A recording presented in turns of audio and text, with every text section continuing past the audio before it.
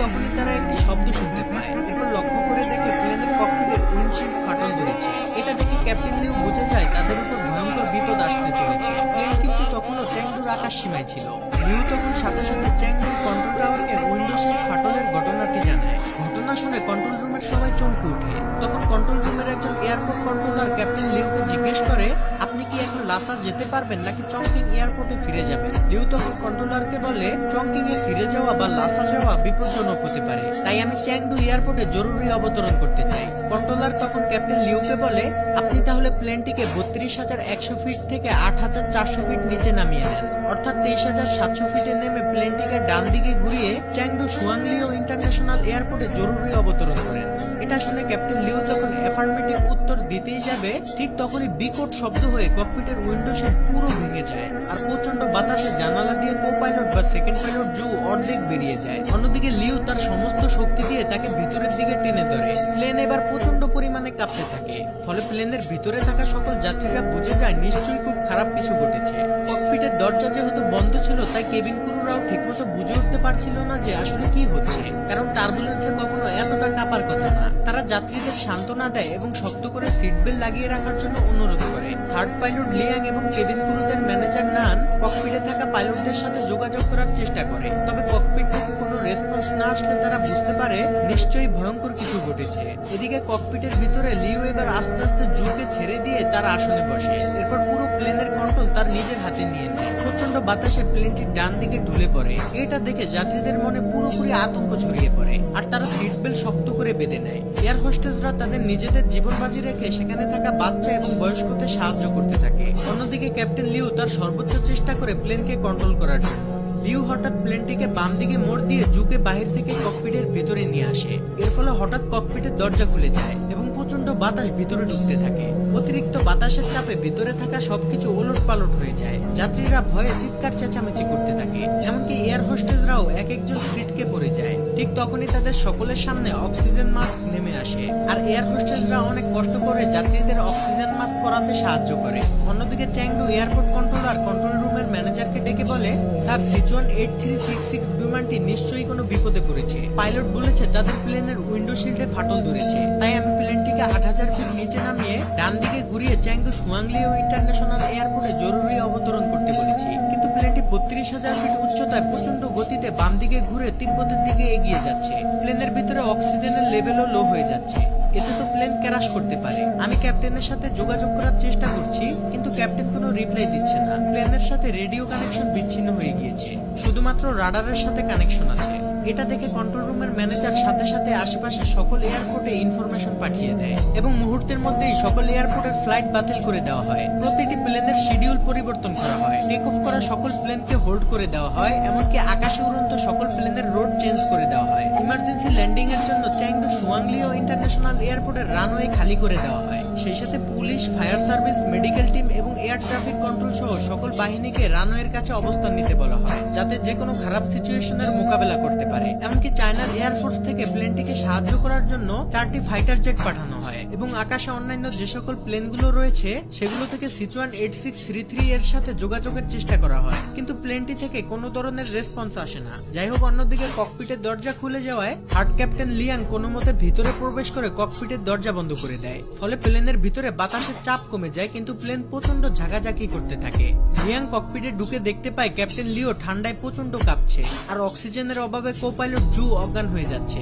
Liang তখন ককপিটে থাকা oxygen mask বের করে ক্যাপ্টেনদের পরিয়ে দেয় এবং সে নিজেও পরে নেয়। এরপর লিয়াং কন্ট্রোল রুমের সাথে যোগাযোগ করার চেষ্টা করে, কিন্তু সে বুঝে যায় রেডিও কানেকশন বিচ্ছিন্ন হয়ে গিয়েছে। লিয়াং কোনো মতে প্লেনটিকে নিচে নামানোর চেষ্টা করে, কিন্তু তাদের ভাগ্য এতটাই খারাপ ছিল যে তারা যদি প্লেনটিকে নিচে নামায় তাহলে প্লেন ক্র্যাশ হওয়ার সম্ভাবনা রয়েছে, কারণ তাদের প্লেন তখন তিব্বতের উপর দিয়ে যাচ্ছিল। আর আমরা সকলেই জানি তিব্বতে মাউন্ট এভারেস্ট সহ ছোট বড় অনেক হিমালয় রয়েছে, যেখানে কোনো প্লেনকে সর্বোচ্চ 32 থেকে 34,000 ফিট উপর দিয়ে ফ্লাই করতে হয়। এদিকে প্লেনের ভিতরে অক্সিজেন ফুরিয়ে যেতে থাকে, তাই পর্যাপ্ত অক্সিজেন পেতে হলে প্লেনটিকে আরো 3,000 ফিট নিচে নামাতে হবে, কিন্তু হিমালয়ের জন্য সেটা সম্ভব ছিল না। এছাড়া সামনে বিশাল ঝড়ের কারণে কিছুই দেখা যাবে না। এটা যেন ক্যাপ্টেনদের কাছে সুইসাইড করার মতো। একদিকে অক্সিজেনের ঘাটতি, অন্যদিকে প্লেন ক্র্যাশের ভয়, তার উপরে আবার আকাশকে ডেকে রাখা ভয়ানক ঝড়। অন্যদিকে কেবিন ক্রুদের ম্যানেজার নান সকলকে জানিয়ে দেয় তারা ককপিটের প্রেসার হারিয়ে ফেলেছে, তাই সকলকে শক্ত করে সিট বেল্ট পরে থাকার জন্য অনুরোধ করে।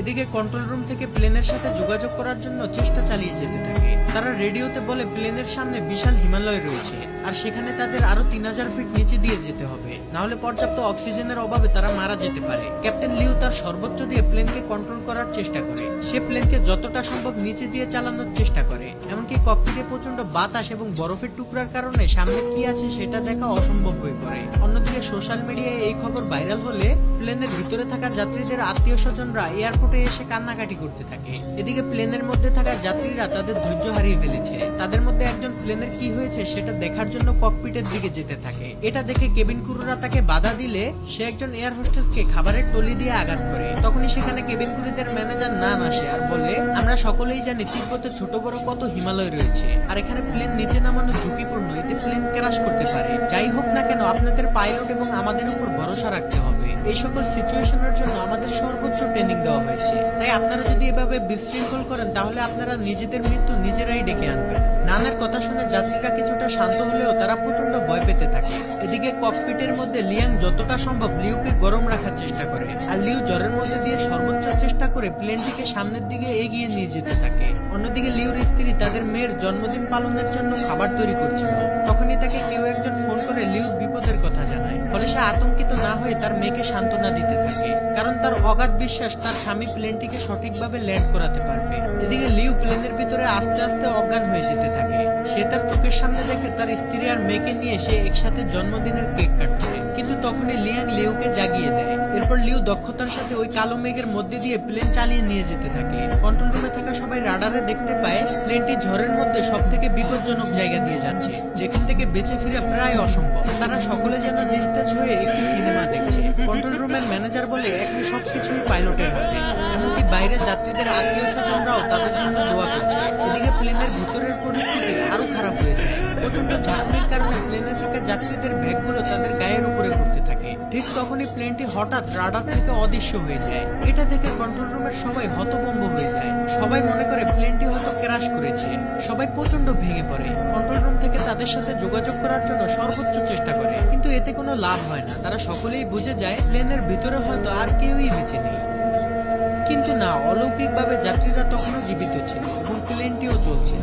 ঝড়ের ভিতরে কিছু না দেখতে পেয়ে লিউ মনে করে প্লেন হয়তো পাহাড়ের সাথে ধাক্কা খাবে, তাই সে লিভার টেনে প্লেনটিকে আরো উঁচুতে নিয়ে যায়। এতে প্লেনের ভিতরের ঝাঁকুনি বেড়ে পরিস্থিতি আরো খারাপের দিকে যেতে থাকে। লিউর মাথায় তখন একটা জিনিসই ঘুরছিল যে প্লেনের মধ্যে থাকা 19 জন যাত্রী এবং সে সহ 9 জন ক্রু মেম্বারের জীবন এখন তার হাতে, অর্থাৎ 128 জন মানুষের প্রাণ হাতে নিয়ে লিউ তার সম্পূর্ণ অভিজ্ঞতা দিয়ে প্লেনটিকে কন্ট্রোল করতে থাকে। মৃত্যুকে কাছ থেকে দেখা যাত্রীগুলো এখন তাদের মনের কথা বলতে শুরু করে। অনেকেই জীবনের শেষ ভিডিও বানায় তাদের প্রিয়জনদের জন্য। আর কিছুক্ষণের মধ্যেই প্লেনটি ঝড় থেকে বের হয়ে আসে। লিউর অনেক চেষ্টার পর পরিস্থিতি স্বাভাবিক হতে শুরু করে। এরপর ক্যাপ্টেন লিউ প্লেনটিকে অনেক নিচুতে নামিয়ে আনে, যেখানে পর্যাপ্ত পরিমাণ অক্সিজেন রয়েছে। এরপর সকল পাইলটরা ভালোভাবে দেখার জন্য অক্সিজেন মাস্কটি খুলে ফেলে। ঠিক তখনই চ্যাংডু এয়ার কন্ট্রোল সেন্টারের রাডার প্লেনটিকে আবার ডিটেক্ট করে ফেলে। এটা দেখে কন্ট্রোল রুমে থাকা সবাই খুশি হয়ে যায়। তারা যেন বুক ফুলিয়ে শান্তির নিঃশ্বাস নেয়। এমনকি কন্ট্রোল রুমের সাথে প্লেনের রেডিও কানেকশনও ঠিক হয়ে যায়। এমন ভয়ঙ্কর অবস্থা থেকে ফিরে আসা কন্ট্রোল রুমের কেউই যেন কল্পনা করেনি। যাই হোক, রেডিও কানেকশন ঠিক হওয়াতে ক্যাপ্টেন লিউ আবারও কন্ট্রোল রুমের সাথে যোগাযোগ করতে সক্ষম হয়, কিন্তু উইন্ডো শিল্ড ভাঙা থাকার কারণে প্রচন্ড বাতাসে পাইলটদের কথা কন্ট্রোলাররা বুঝতে পারে না। কিন্তু কন্ট্রোল রুমের কথা যেহেতু তারা শুনছিল, তাই কন্ট্রোল রুম থেকে তাদেরকে ইমার্জেন্সি ল্যান্ডিং করতে বলে। সাথে সাথে ক্যাপ্টেন লিউ ল্যান্ডিং গিয়ার চালু করে দেয়। আর এই সিগন্যাল পেয়ে কেবিন ক্রুদের ম্যানেজার নান যাত্রীদেরকে ইমার্জেন্সি ক্র্যাশ ল্যান্ডিং এর জন্য প্রস্তুতি নিতে বলে। অন্যদিকে প্লেন প্রচন্ড গতিতে রানওয়ের দিকে যেতে থাকে। আর এই টান উত্তেজনাপূর্ণ ফুটেজ ধারণ করে চ্যাংডুর গণমাধ্যম কর্মীরা। এদিকে প্লেনের ভিতরে যাত্রীরা ইমার্জেন্সি ল্যান্ডিং এর জন্য প্রস্তুতি নিয়ে নেয়। তারা মনে মনে দোয়া প্রার্থনা করতে থাকে। অন্যদিকে fire service, medical team, air traffic control সহ সবাই প্রস্তুত হয়ে যায়। ক্যাপ্টেন লিউ তার কো-পাইলট জু আর লিয়াংকে নিয়ে কোনো ধরনের ঝামেলা ছাড়াই মাটি স্পর্শ করে।